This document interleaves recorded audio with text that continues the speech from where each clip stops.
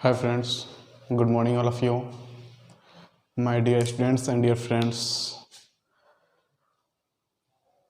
Today's your class Gauss theorem.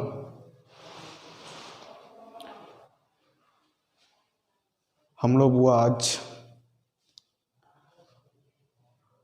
आप लोगों से मुलाकात है मेरा गॉस थ्योरम को लेकर के, जो कि ऑलरेडी बाबू आप लोग जानते हो बहुत इम्पोर्टेंट टॉपिक है, बहुत इम्पोर्टेंट चैप्टर्स है। इसी को लेकर के आज का हम लोग क्लास है। आप सभी लोग पूरे के पूरे लेक्चर्स को, पूरे के पूरे वीडियोज को देखिए और मुझे उम्मीद है कि आप लोगों को बहुत ही बेहतर लगेगा। यदि आपको बेहतर लगे तो लाइक और कमेंट करना ना भूलेंगे, ठीक है। तो बुआ हम चालू करते हैं।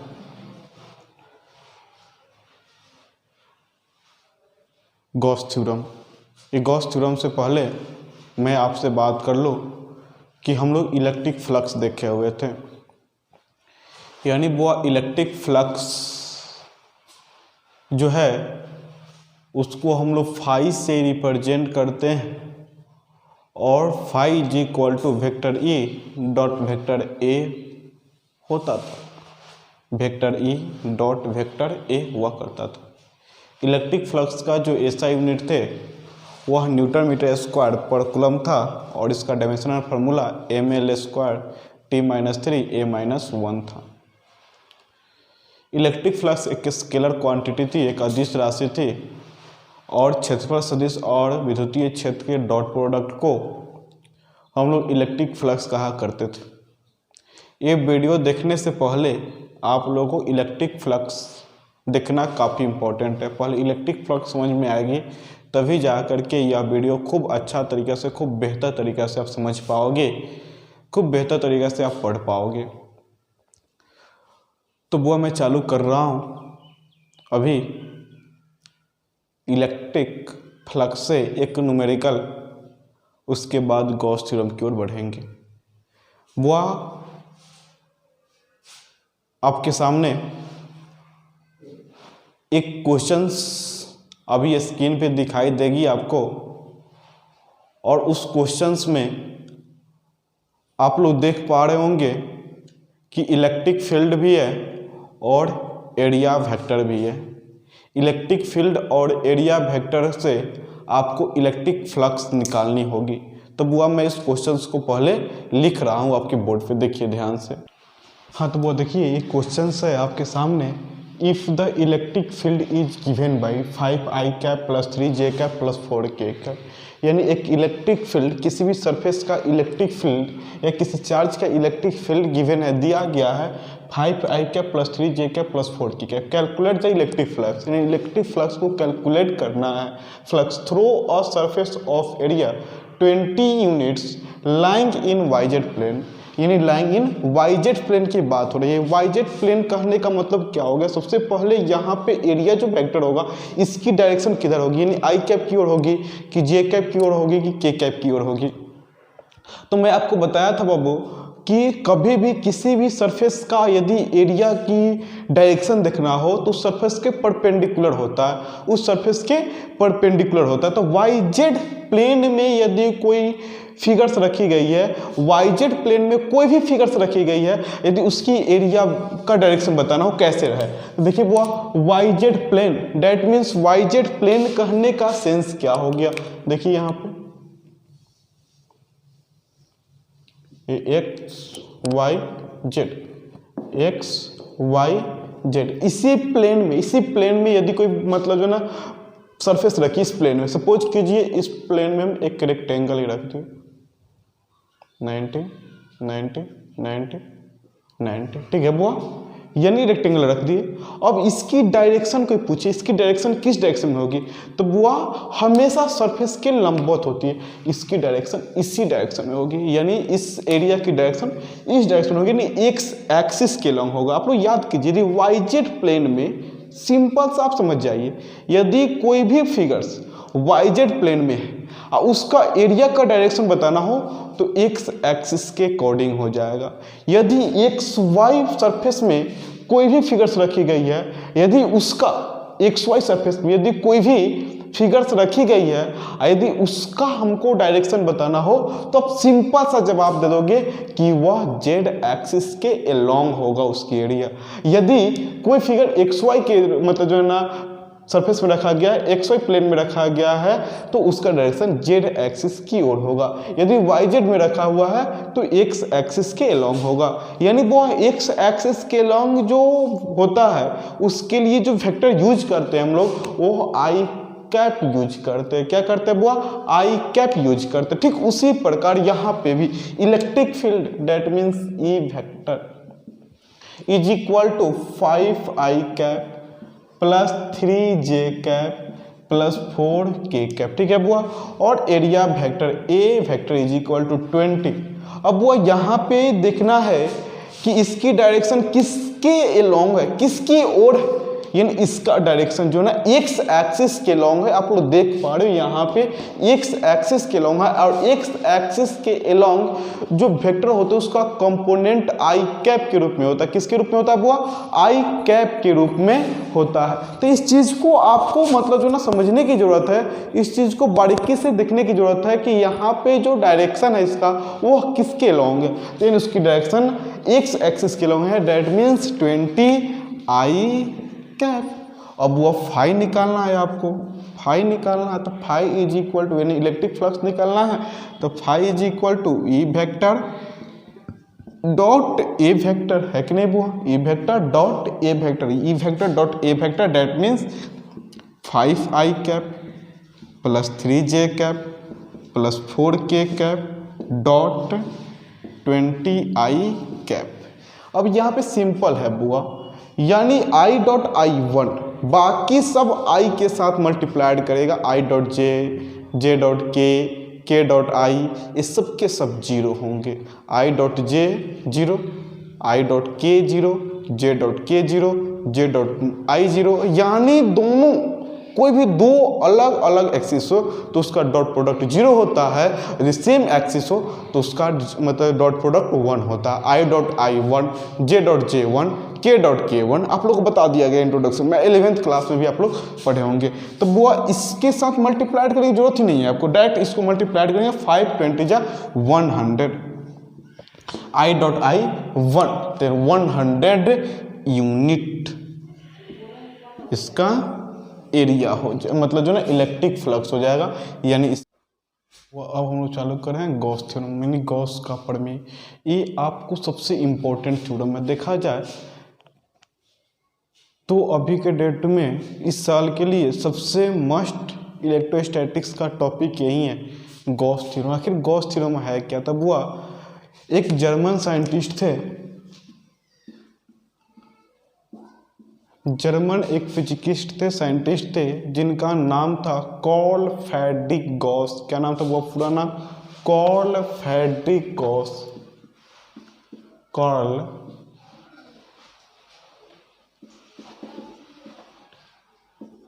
फ्रेडरिक गॉस, इनका पूरा नाम था वह कार्ल फ्रेडरिक गॉस, जो सन 1835 ईस्वी में एक नियम का प्रतिपादन किए, एक नियम दिए, एक सिद्धांत दिए जिसे गॉस का सिद्धांत कहा गया, गॉस का नियम कहा गया। वो बताए कि किसी भी बंद आकृति के लिए विद्युतीय फ्लक्स जो होते हैं ना, किसी भी बंद आकृति का विद्युतीय फ्लक्स उसमें उपस्थित आवेश का 1/ε0 गुना होता है, उसमें उपस्थित आवेश का 1/ε0 गुना होता है। यहाँ पे बुआ वही चीज़ें लिखी गई है इन स्टेट्स दैट, यानी इस नियम के अनुसार, इस सिद्धांत के अनुसार the total electric flux through a closed surface, यानी किसी भी एक बंद आकृति का कुल जो चार्ज होता है यानी कुल इलेक्ट्रिक फ्लक्स जो होते हैं enclosing a charge is equal to यानी उसके अंदर में जो एक आवेश प्रेजेंट होते हैं, जो आवेश प्रेजेंट होते हैं equal to 1/ε0 times the magnitude of the charged particle, यानी चार्ज्ड इनक्लोज्ड यानी उस बंद आकृति का 1/ε0 गुना होता है। यानी किसी भी बंद आकृति का कुल आवेश या कुल विद्युतीय फ्लक्स उसमें उपस्थित जो पार्टिकल्स होते हैं उस पार्टिकल का 1/ε0 गुना होता है। यानी वो इसका हिंदी भी है, इसको हम लोग देखते हैं फिर आगे बढ़ते हैं। यानी इस प्रमेय के अनुसार यानी इस सिद्धांत के अनुसार, इस प्रमेय के अनुसार किसी बंद पृष्ठ से गुजरने वाला संपूर्ण विद्युत फ्लक्स उस पृष्ठ के प्रतिबद्ध कुल आवेश का 1/ε0 गुना होता है, 1/ε0 गुना होता है। वो देखिए तो यहाँ पे किसी आवेश का 1/ε0 गुना यानी Q इंटू 1/ε0 यानी Q/ε0। इसका पहले हिंदी लिख लिया जाए। यानी इस प्रमेय के अनुसार यहाँ पे लिखते हैं, वो आपको दिखाई दे भी रहा, इस प्रमेय के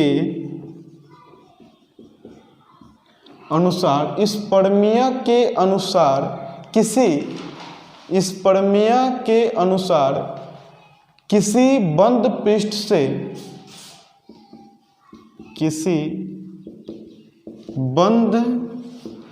से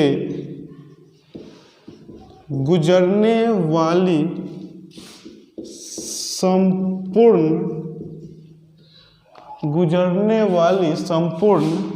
विद्युत फ्लक्स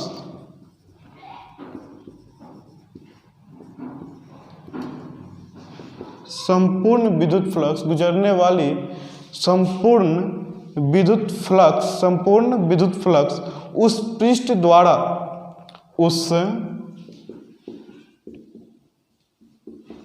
सरफेस द्वारा उस पृष्ठ द्वारा प्रतिबद्ध कुल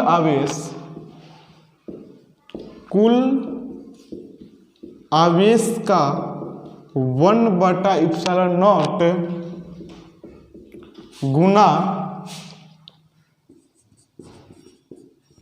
होता है, कुल आवेश का 1/ε0 गुना होता है। ठीक है वो कोई दिक्कत इसमें?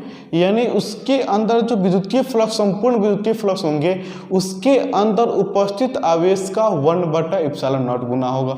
एक बार और सुनेंगे वो, यानी इस प्रमेय के अनुसार किसी बंद पृष्ठ से गुजरने वाली संपूर्ण विद्युत फ्लक्स, यानी कोई बंद पृष्ठ है उससे गुजरने वाले जितने भी विद्युत फ्लक्स है, संपूर्ण विद्युत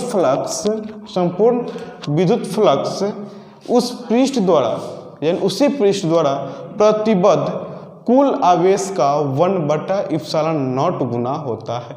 जैसे कि आप लोग देखिए यहाँ पे बुआ, यहाँ पे ही मैं बात कर रहा हूँ विद्युतीय फ्लक्स को φe से रिप्रेजेंट कर देंगे, ओनली φ से भी लिख सकते हैं, उससे कोई प्रॉब्लम नहीं होगा। यानी विद्युतीय flux φe is equal to Q into 1/ε0, यानी वो φe is equal to Q/ε0। यानी यही गॉस का सिद्धांत कहता है कि किसी बंद तल से गुजरने वाली संपूर्ण विद्युतीय फ्लक्स उसमें उपस्थित आवेश का 1/ε0 गुना होता है। फिर से सुनिएगा, किसी बंद तल से हमेशा गॉसियन सरफेस जो होते हैं ना इनक्लोज्ड ही होते हैं, कभी भी ओपन नहीं हो सकता। हम इसके पहले भी एरिया में भी आप लोगों को बता चुके थे बुआ कि हमेशा एरिया जो वेक्टर होंगे ना, एरिया वेक्टर, वो हमेशा इनक्लोज्ड सरफेस का ही हो सकता, ओपन सरफेस का नहीं हो सकता। ठीक उसी प्रकार जब तक एरिया वेक्टर नहीं हो तो इलेक्ट्रिक फ्लक्स निकलेगा कैसे? तो यहाँ पे कहना उचित है किसी बंद तल से गुजरने वाली सभी विद्युतीय फ्लक्स उस तल में उपस्थित आवेश का उस तल में उपस्थित आवेश का 1/ε0 गुना होता है, 1/ε0 गुना होता है। यानी electric flux, total electric flux is equal to, या net electric flux is equal to Q/ε0। यहाँ पे ε0 क्या है? परमिटिव फॉर फ्री स्पेस, यानी विद्युतशीलता जिसको हम लोग कहते हैं इलेक्ट्रिक करंट में। इसकी और बहुत ज़्यादा जानकारी हम लोग लेंगे। E0 जो है वो E0, ये E0 परमिटिविटी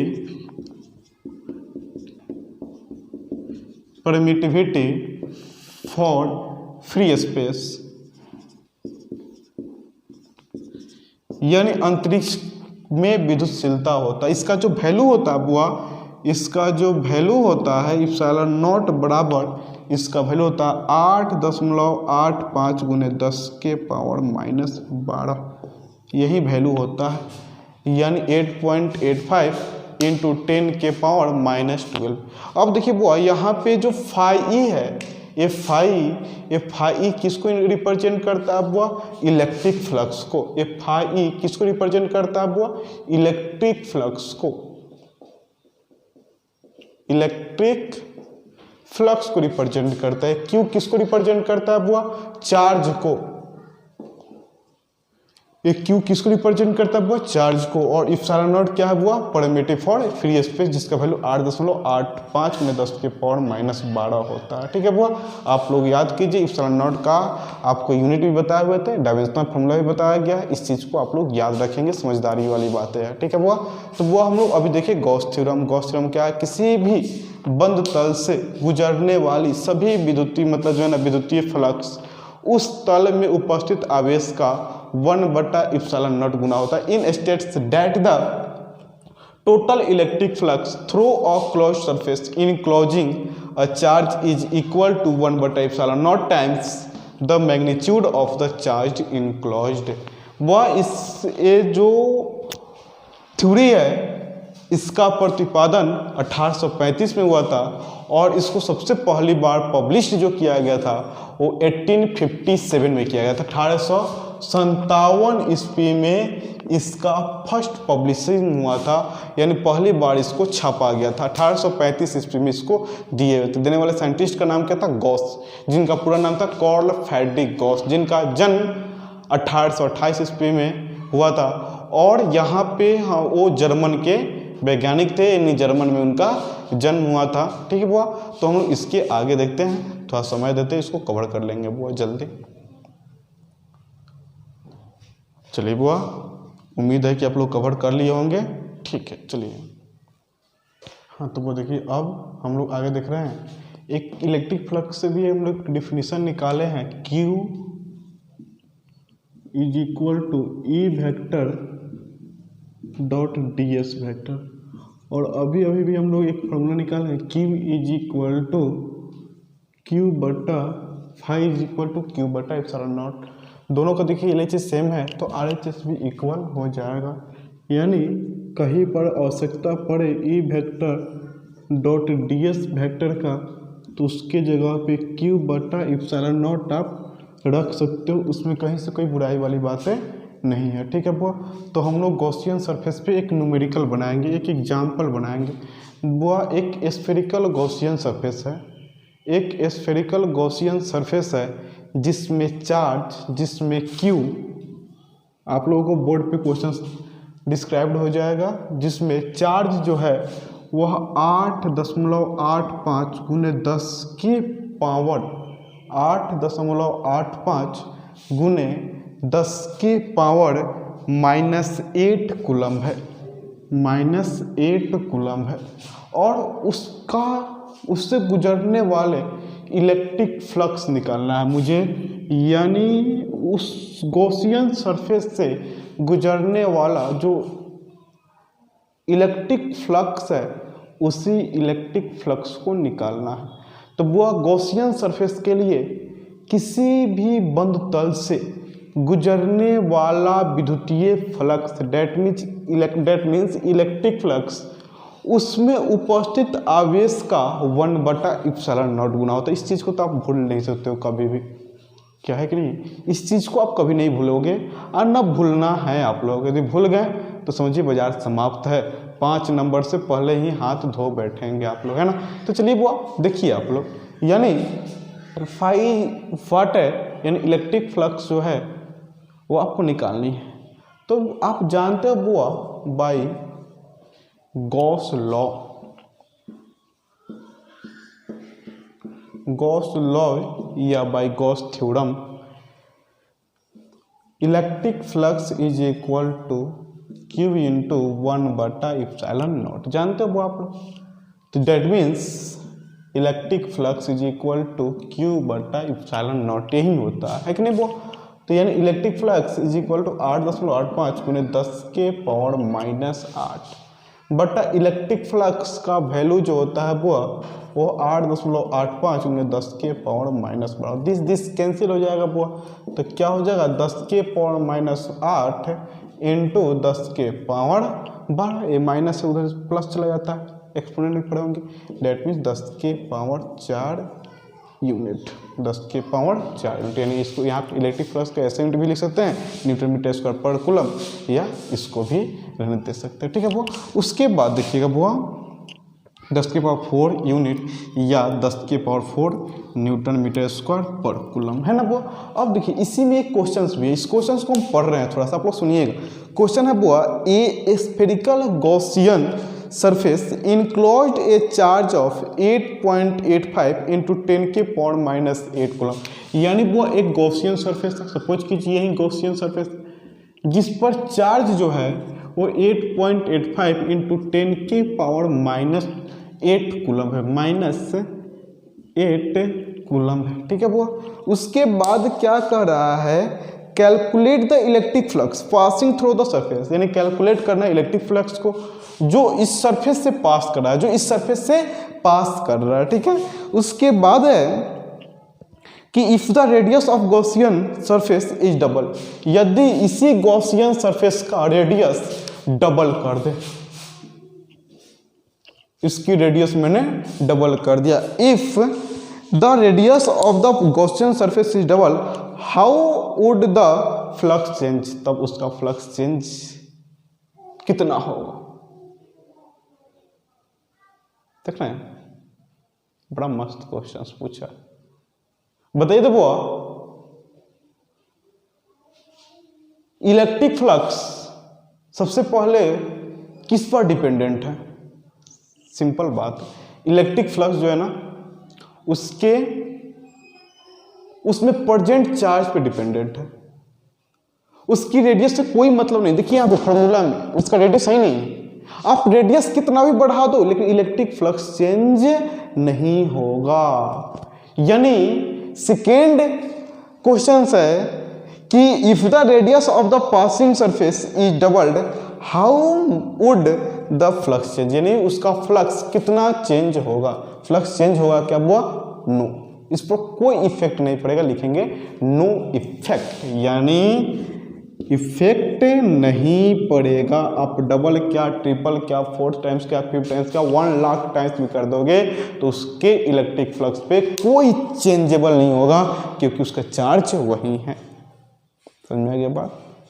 यानी गॉस साहब बताए हुए थे कि किसी भी सरफेस से, यदि वो गॉसियन सरफेस है, यदि वह गॉसियन सरफेस है, तो किसी भी सरफेस से पास होने वाला इलेक्ट्रिक फ्लक्स, किसी भी सरफेस से पास होने वाला इलेक्ट्रिक फ्लक्स हमेशा उस सरफेस में प्रेजेंट चार्ज के प्रोपोर्शन होता है, प्रेजेंट चार्ज के प्रोपोर्शन होता है। यानी यही प्रोपोर्शन जब हटता है बुआ, अब क्लियर देख लीजिए, यही प्रोपोर्शन हटता है तो इसके जगह पे 1/ε0 क्यूब आता है। यानी डेट मीन्स 1/ε0 क्यूब कहने का मतलब हो गया कि यह एक कांस्टेंट है, यह एक कांस्टेंट है जिसको हम लोग बुआ परमिटिविटी ऑफ कांस्टेंट बोलेंगे। यह एक कांस्टेंट है जिसको हम लोग बुआ परमिटिविटी ऑफ कांस्टेंट बोलेंगे। एक कांस्टेंट है जिसको आप परमिटिविटी ऑफ कांस्टेंट बोल सकते हैं, परमिटिविटी ऑफ कांस्टेंट बोल सकते हैं कि नहीं बुआ। तो यानी यही मेन बात तो आपको गॉस साहब यही बता के चले गए थे, लेकिन उसको हम लोग थोड़ा सा डेकोरेट करके बताते हैं। तो यही है गॉस थ्योरम। इस पर यदि कोई भी न्यूमेरिकल आता है तो आप आराम से बना सकते हो। ये चीज़ याद रखना हमेशा बाबू इस चीज़ को, कि किसी भी बंद तल से निकलने वाली सभी विद्युतीय फ्लक्स उस क्षेत्र में उपस्थित आवेश का 1/ε0 गुना होता है। यानी वो ये चीज़ आप लोग याद रखेंगे, गॉसियन सरफेस जो है वह गॉसियन सरफेस हमेशा बंद तल के लिए ही अवेलेबल है। यानी वो जब तक ओपन फिगर्स रहेगा तो ओपन फिगर्स के लिए गॉसियन सरफेस अवेलेबल नहीं है। लिमिटेशन है, कुछ इंपॉर्टेंस है गॉस थ्योरम का, जो हम लास्ट में आप लोगों को बता, मतलब इसलिए आप लोगों को पीडीएफ में चला गया है, लेकिन आप लोगों को लास्ट में उसको हम फिर से एक नोट्स क्लियर करके दे देंगे, जिससे आप लोगों को किसी प्रकार की कोई परेशानी नहीं होगी। अब हम लोग वो प्रूफ करने वाले हैं गॉस थ्योरम का। गॉस थ्योरम का बहुत सारा तरीका से प्रूफ किया जाता है, अब भी जो हम प्रूफ करेंगे फॉर स्फेरिकल मेथड से, यानी गोलीय विधि से, यानी गोला के रूप में कैसे गॉस थ्योरम को प्रूफ किया जाता है, वो चीज़ अभी हम आप लोगों को बताएंगे। ठीक है बुआ, चलिए बोर्ड साफ करते हैं फिर हम लोग आगे देखें। हाँ तो वो देखिए, अब प्रूफ करना है गॉस थ्योरम को, यानी phi is equal to 1/ε0 proof करना है। ठीक है ना आपको, ये वो किसके लिए है, तो हम लोग अभी प्रूफ करने for a spherical symmetric enclosed surface, यानी एक गोलीय सतह है उसके लिए गॉस थ्योरम को हम प्रूफ कर रहे हैं। तो वो देखिए, consider that of point charge Q, माना कि एक पॉइंट चार्ज है क्यू। देखिए आप लोग यहाँ पे consider that a point charge Q, यानी माना कि एक बिंदु आवेश क्यू है, is situated at the centre of sphere of radius R, यानी उसको सिचुएटेड किया गया जा रहा है एक स्फीयर के सेंटर पे जिसका रेडियस आर है। आप लोग देख पा रहे हो वो इसका रेडियस आर है, उसके सेंटर पे उस पॉइंट चार्ज को सिचुएटेड किया गया है। उस सेंटर से आर दूरी पर एक बिंदु पी है जिस पर इलेक्ट्रिक फील्ड ई है, इलेक्ट्रिक फील्ड ई है। देखिए वो बाहर की ओर, यानी वही लिखा गया है let E vector be the electric field at any point P on the surface of the sphere, यानी उस सरफेस पे ही, यानी स्फीयर का जो सरफेस है उसी पर कहीं एक पॉइंट पी लिए हैं जिस पर इलेक्ट्रिक फील्ड क्या है, वह ई है। तो बाई कूलम्स लॉ, यानी इलेक्ट्रिक फील्ड निकालने के लिए कूलम्स साहब एक फार्मूला दिए हुए थे जो कि आप लोगों के सामने हम रखे हुए हैं, यानी E vector is equal to 1/4πε0 into Q बटा आर स्क्वायर रखा गया है। आपको E vector is equal to 1/4πε0 into Q बटा आर स्क्वायर। ठीक है बुआ, यहाँ तक कोई डाउट नहीं है 1% भी। तो बुआ यहाँ तक कोई डाउट नहीं है। तो हम लोग यहाँ पे जानते हैं बुआ एक फार्मूला ऑलरेडी ऐसे भी हम लोग इलेक्ट्रिक फ्लक्स के लिए जानते हैं, by definition of electric flux, by definition of electric flux, electric flux के डिफिनीशन से हम लोग जानते हैं, by definition of electric flux, यानी वो इलेक्ट्रिक फ्लक्स के डिफिनीशन से हम लोग जानते हैं एक चीज, एक काम, वो है क्या, तो वो phi is equal to E vector dot A vector, E vector dot A vector. Phi is equal to हम लोग वो जानते हैं E vector dot A vector, यानी वो phi is equal to E vector dot A vector, यानी phi is equal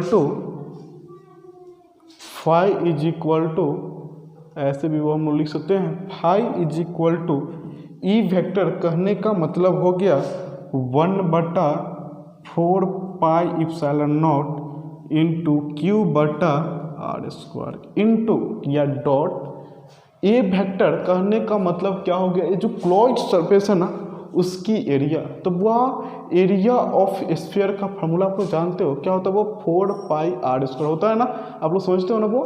तो क्या हो जाएगा इंटू 4πr², आर स्क्वायर से आर स्क्वायर कैंसिल, 4π से 4π कैंसिल, सो क्यू यानी phi is equal to 1/ε0 into Q.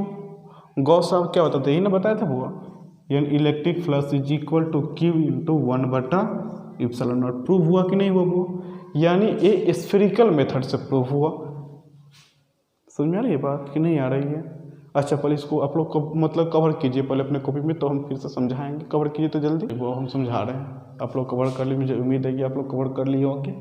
यानी वो एक गॉसियन सरफेस हो गया जो कि स्फेरिकल है, जो हमसे कहा जा रहा है वही ना हम करेंगे। ऊपर ही हमारे हेडिंग में दिया गया है कि for a spherical symmetric enclosed surface, तो वो एक गॉसियन सरफेस होगी, आप लोग देख पा रहे होंगे। यानी एक गॉसियन सरफेस कैसा है, स्फेरिकल है, जिसकी रेडियस r, इसके सेंटर पर एक पॉइंट चार्ज है q, इससे r डिस्टेंस पे सरफेस पे ही कहीं एक पॉइंट है p।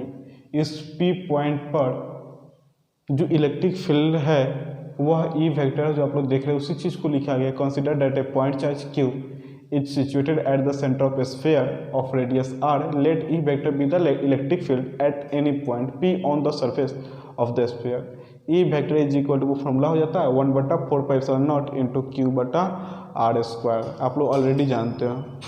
उसके बाद by definition of electric flux का डिफिनीशन ही होता है वो phi is equal to E vector dot A vector, यानी इलेक्ट्रिक फील्ड और एरिया वेक्टर के डॉट प्रोडक्ट को ही हम लोग इलेक्ट्रिक फ्लक्स कहते हैं। तो वो देखिए यहाँ पे phi is equal to E vector dot A vector. E vector का अभी हम लोग यहाँ पे वैल्यू देखे हैं, हम लोग ई वेक्टर का अभी यहाँ पे वैल्यू देखे हम लोग, तो यानी यहाँ से हम ई वेक्टर को उठा करके पुट कर दिए। ए डेट मीन्स कहने का एक जो क्लोज्ड सरफेस है उसकी एरिया की बात हो रही, तो उसकी एरिया जो है वह 4πr² होती है, तो 4πr² रखें और उसको इरेज किया गया। इरेज करने के बाद phi is equal to Q into 1/ε0 आ गया, क्यू इंटू 1/ε0। और यही बात गॉस साहब बताए हुए थे, यही ना चीज़ें गॉस साहब बताए हुए थे बुआ कि किसी भी बंद तल से बंद तल के से गुजरने वाले कुल विद्युतीय फ्लक्स उसमें उपस्थित आवेश का 1/ε0 गुना होता है। उसमें उपस्थित आवेश क्यू है उसका 1/ε0 गुना होता है। यही तो बात इलेक्ट्रिक फ्लक्स मतलब जो है ना गॉस साहब बताए थे, कार्ल फैराडे गॉस 1835 में बताए हुए थे, है कि नहीं वो? चलिए इसको कवर कीजिए, हम लोग फिर आगे देखते हैं, ठीक है।